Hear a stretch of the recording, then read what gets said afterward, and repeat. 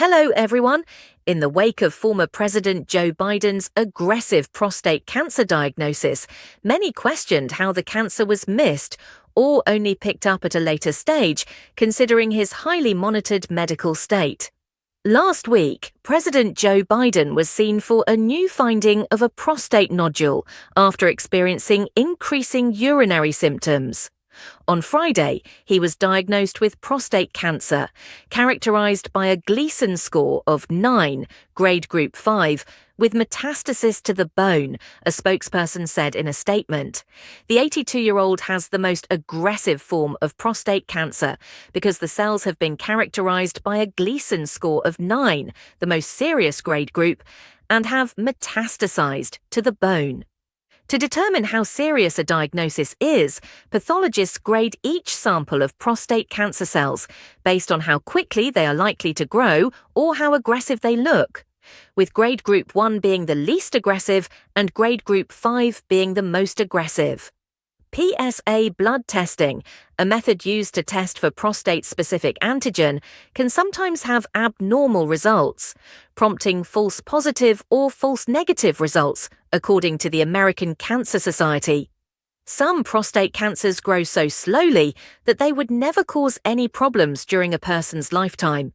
Even if screening detects prostate cancer, at times medical professionals can't tell if the cancer is truly dangerous and requires treatment. Dr. Daniel Petrilak, a prostate cancer specialist at Yale Cancer Center, told WTNH in Connecticut that despite his surprise that the president's condition wasn't established earlier, if Biden's PSA levels didn't spike during previous screenings, the alarm would not have been raised. One thing that may be a wrinkle in this case is the fact that PSA levels with a high-grade tumor may be lower than you expect, because the high-grade tumors make less PSA per cancer cell than the low-grade tumors, Petrilak said. So sometimes the PSA does not go up, and you may just have the bump or nodule present. That's why it's so important you consult with a physician regularly so you can detect the disease early, the doctor added. Howie Foreman, a professor of radiology and biomedical imaging, public health, health policy, management, and economics at Yale University, chimed in to agree that the news was likely to have been flagged earlier.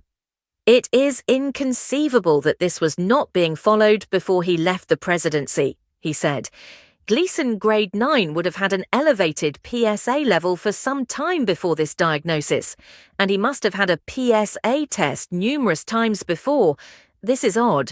I wish him well and hope he has an opportunity for maximizing his quality of life. When prostate cancer cells metastasize to other parts of the body, they nearly always go to the bones first. If the cancer grows outside the prostate, medical treatment aims to prevent or slow the spread to the bones. If the cancer has already reached the bones, then controlling or relieving pain and other complications becomes a priority. Biden has not yet revealed what treatment plan he will undergo.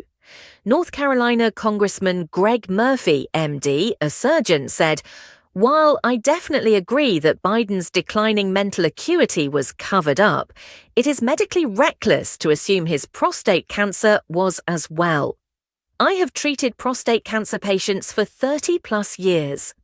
Let's get the politics out of medicine," he stated on X Sunday night. Following PSA tests, medical practitioners may also conduct a digital rectal exam to assess the prostate gland. Typically, screening begins for men at age 50, where there is an average risk of prostate cancer, and they are expected to live at least 10 more years. Yet, according to the American Cancer Society, screening as early as age 40 is urged for men who have more than one first-degree relative who had prostate cancer at an early age. African American men and men who have a first-degree relative, father or brother, diagnosed with prostate cancer at an early age, younger than age 65, are also at higher risk. Moreover, screening elderly men who are in much worse health is less likely to be helpful, says the ACS, because most prostate cancers are slow-growing, and men who are older or have major health problems are often more likely to die from other causes before their prostate cancer grows enough to cause problems. Thanks for watching.